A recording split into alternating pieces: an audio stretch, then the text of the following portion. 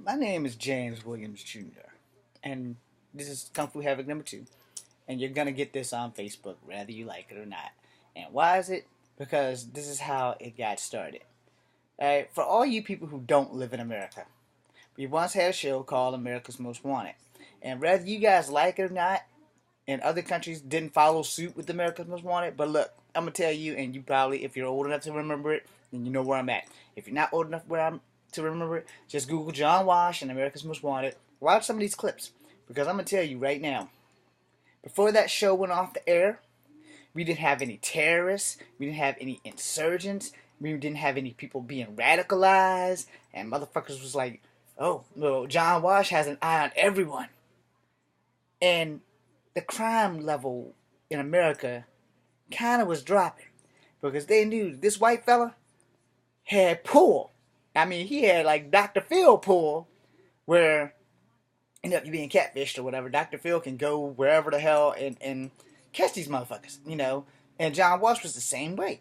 So here we have a country where you have your face plastered everywhere, and every crime that you've ever done or thought about doing is on TV. Who's the biggest people on TV? The people who will snitch and call these places like Crime Stoppers and things on you. And if we still had them, I don't think the San Bernardino thing would have happened. I don't think the Sandy Hook thing would have happened. Because John Walsh had an eye everywhere in every state. They may not have known it, and yeah, it might have all have been about greed and a tip. But the simple fact of America is, when we had America's Most Wanted, we had no fucking inside terrorists. 9/11 probably couldn't have been prevented, but as for everything else, we didn't have people going around buying all these machine guns and shooting fucking kids and shooting up people who live an alternate night lifestyle. I don't want to go into the LBGATQ thing because I don't really know how to say that properly, but I also don't want to call you guys gay and lesbians and all that other crap. So when I say alternative lifestyle, that's what I mean. Because y'all add a new letter every day. So I don't want to offend anyone, and I don't want to be accused of verbal gay bashing. Because I ain't got nothing but respect for gay people, because they're braver than most people, because they have to live out their lives in danger every day of someone who's an ass, who wants to hurt them because he doesn't understand them, or she wants to hurt them because she doesn't understand. It works both ways. There's hatred towards gay people from both genders, male and female, and don't try to deny and say that there isn't. So, getting off of that, the shit that happened down in Orlando last weekend, we had America's Most Wanted. There's a good chance that shit probably wouldn't have happened. Because, when we had America's Most Wanted, the crime rate was gone. Everybody was off the rockers of doing the right thing. Even criminals was watching America's Most Wanted. And more importantly, I had a cousin who was murdered, and America's Most Wanted helped catch that sumbitch and put his ass behind bars. So, why is America's Most Wanted off the air? We might not be able to protect other countries, but we damn sure should be able to protect our own. I'm putting it out there as an actor who is unemployed and will never be famous.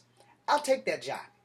I'll be on America's Most Wanted. Hell, I'm willing to go for all 50 fucking states to be the host of that job. And wherever they send me, I'm more than willing to go. I have a passport. It needs to be renewed in the next 6 months, but I have a passport. So, my whole thing is, if we can stop the insurgents in country, then we worry about the motherfuckers out of country. But I know for a fact, we got a bunch of young ass Americans who are descendants of immigrants. Not like me, who was born and raised here, and my descendants are of slaves and Native Americans, and possibly some slave owners. There's no way in hell I'm going to betray my country. Period. Unless it's to get in close to the motherfucker who leads ISIS and slit his fucking throat. But other than that, there's no way in hell I'm ever going to leave my country. This is where I stand. These dog tags mean something. When I salute that damn flag, it's everything. It is my life, my blood. I didn't sign up to serve this country for people who were children of children whose ancestors are one generation that come over here and bust their ass from Italy, from China, from India to have their grandkids jump up and go join ISIS. That's some bullshit. Your grandparents went through hell, and these fucking assholes that you want to join up and kill us with want to see your grandparents dead. But all they did was try to have a better life for you and your parents. So you should be a fucking shame of yourself. Now, back to what I was saying. When we had America's Most Wanted, there was no issues in America. None. Because everybody in America had a watchful eye. We all had Big Brother syndrome. And we were looking for these criminals. And we were doing everything we can to bring them some bitches to justice. Now we don't have that. And look at where the world is now. Look at where the world is right now. Because we don't have John Walsh.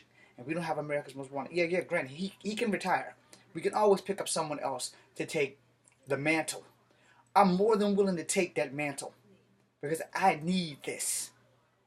So, what I'm saying to everybody out in the world, especially here in America, help me get that job. Help me get to be the host and bring back America's Most Wanted. Because we need that shit now more than ever. Look at all the shit that has happened since the show has gone off. Terrorists have increased, radicalization of our youth. People started getting dumb again.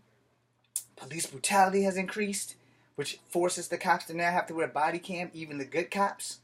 So we have to stop being fucking stupid and get our shit together.